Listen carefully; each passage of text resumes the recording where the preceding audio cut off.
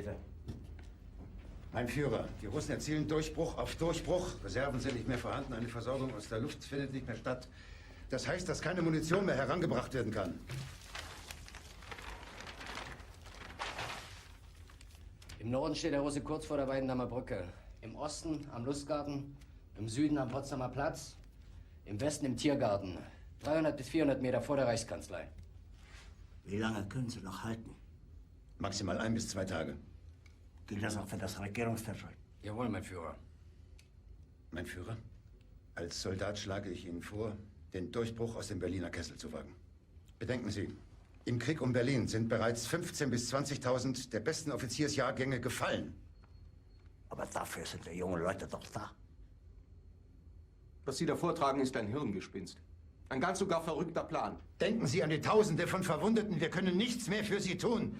Mein Führer, die Befehle sind ausgearbeitet. Ich gebe Ihnen mein Ehrenwort als Offizier. Der Führer kann nicht als ruhmloser Flüchtling vom Parkett der Weltgeschichte verschwinden. Selbst wenn der Ausbruch erfolgreich sein sollte. Ich geriete doch einfach nur aus einem Kessel in den anderen.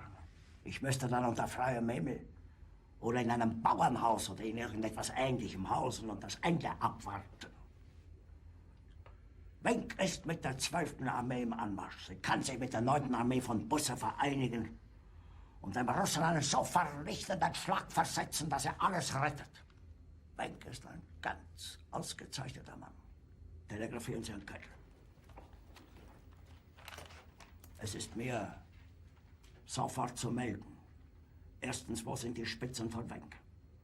Zweitens, wann greifen Sie weiter an? Drittens, wo ist die 9. Armee? Viertens, wohin bricht die 9. Armee durch?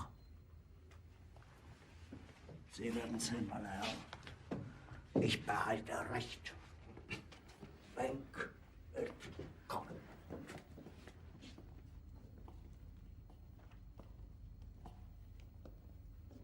Wenck wird kommen.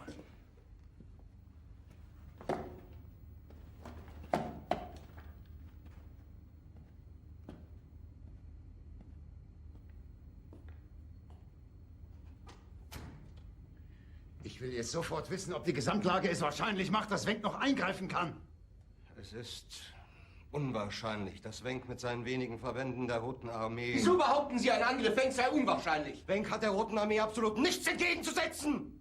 Wenn das so ist, warum sagen Sie das nicht dem Führer? Sind Sie denn alle verrückt geworden? Glauben Sie im Ernst, der Führer weiß das nicht selbst? Aber er wird niemals kapitulieren. Und damit Sie es nur wissen, wir auch nicht. Ich habe das einmal mitgemacht. Das reicht! Kommen Sie, ich muss hier raus.